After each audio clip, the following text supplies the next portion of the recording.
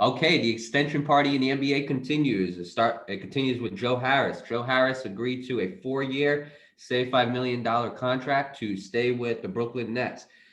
This was written by Tim Bontemps, and it was reported by Adrian Wojnarowski. So, personally, I think this is another good extension. I don't think it's overpriced. I mean, Joe Harris is a former 3-point contest winner. He's one of the best 3-point shooters in the game, in my opinion.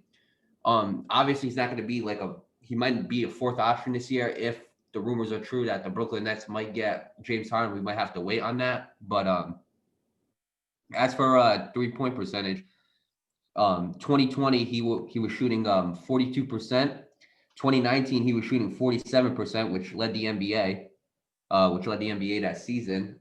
He's always been a good 3-point shooter, Joe Harris, and I think keeping him as a shooter that creates another threat for the Brooklyn Nets. Obviously, you have Kevin Durant, who's a really good scorer all around, but especially shooter.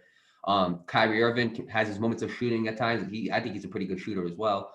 Then you get James Harden, and then possibly James Harden, looks like the direction that it's going to go, and that James Harden is going to go to the Brooklyn Nets. He's another good shooter. So you add 4 shooters on that team, they're going to have to guard that perimeter pretty heavy.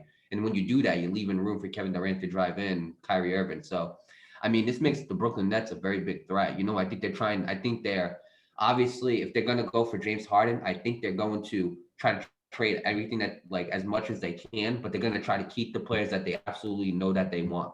And I mean, for crying out loud, Joe Harris beat Steph Curry in a 3-point contest. So, I mean, Joe Harris is no slouch when it comes to 3-point shooting. And I think this is a good extension. I mean, his points per game, obviously, I don't think they're the best. He's last year he averaged 14 and a half, 4 rebounds and 2 assists. So it's not the most eye-popping numbers. But if you look at his role on that team and what he does, I think that he could be a productive player on that team. And I think that he could become a pretty lethal shooter. Obviously he already is a lethal shooter, but I think he could become one of the most lethal shooters in the game. Your thoughts? Yeah, man. I mean, yeah, I agree, man. Like you said before, his points per game isn't the best, but again, he's one of the best shooters in the game. Not, like you said, he beat Steph Curry in a 3-point contest. He's a great 3-point shooter, and like you said, he's right beside Kevin Durant, guys like Kyrie Irving, and possibly, like you said, possibly James Harden. That's another, one of the best scorers in, this league has ever seen. You got 3 of them on there, and then Joe Harris right by the side. Like you said, that's gonna be tough to guard, given that all 4 of those guys, or possibly 4, can shoot. You know, and and this is a great lockup by the Nets. They're trying to get as many shooters and defensive players as possible, and this is again a good place to look at it. And honestly, congratulations to Joe Harris, congratulations to the Brooklyn Nets, and God, I hope they don't get James Harden. I really don't.